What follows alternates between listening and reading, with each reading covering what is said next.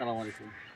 আমি যে কবরের পাশে বসে আছি, আমার বাবা, মা, ভাই, বোন, দাদা, দাদি, আত্মীয়স্বজন।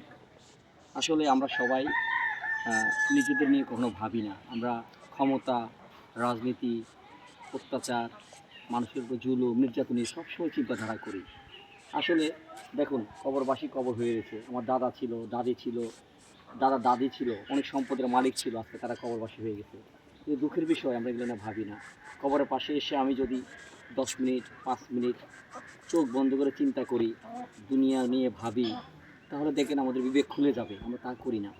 দেখেন আমার দাদা অনেক ক্ষমতাবান ছিল, এলাকার মালিক ছিল, আজকে দাদা নাই। আমার বাবা নাই। একদিন আমিও কবরবাসী হয়ে যাব। কিন্তু আমরা কখনো কবর নিয়ে ভাবি না। আমরা শুধু নিজেদের চিন্তা করি।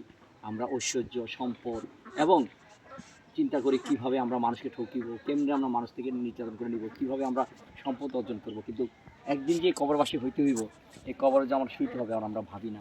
আসলে আমরা বড়ই নিষ্ঠুর, আমাদের অন্তর খুবই নিষ্ঠুর। আমরা আমাদের অন্তরকে কখনো বলি না যে আমি একদিন চলে যেতে হবে, আমি একদিন কবরবাসী হইতে হবে। দুঃখের বিষয় আমরা কবর নিয়ে ভাবি, কবর নিয়ে চিন্তা করি। মৃত্যু হবেই, মানুষ মরণশীল। এটা আল্লাহর প্রদত্ত নিয়ম নীতি, আমরা মানতে হবে। তারপরে আমরা কবর নিয়ে ভাবি না। কবর নিয়ে ভাবুন, দেখবেন আপনার মন থেকে পশুত্ব, পাষাণের যে পশুত্ব, এটা চলে যাবে ইনশাআল্লাহ। আসসালামু আলাইকুম ওয়া রাহমাতুল্লাহি ওয়া বারাকাতুহু।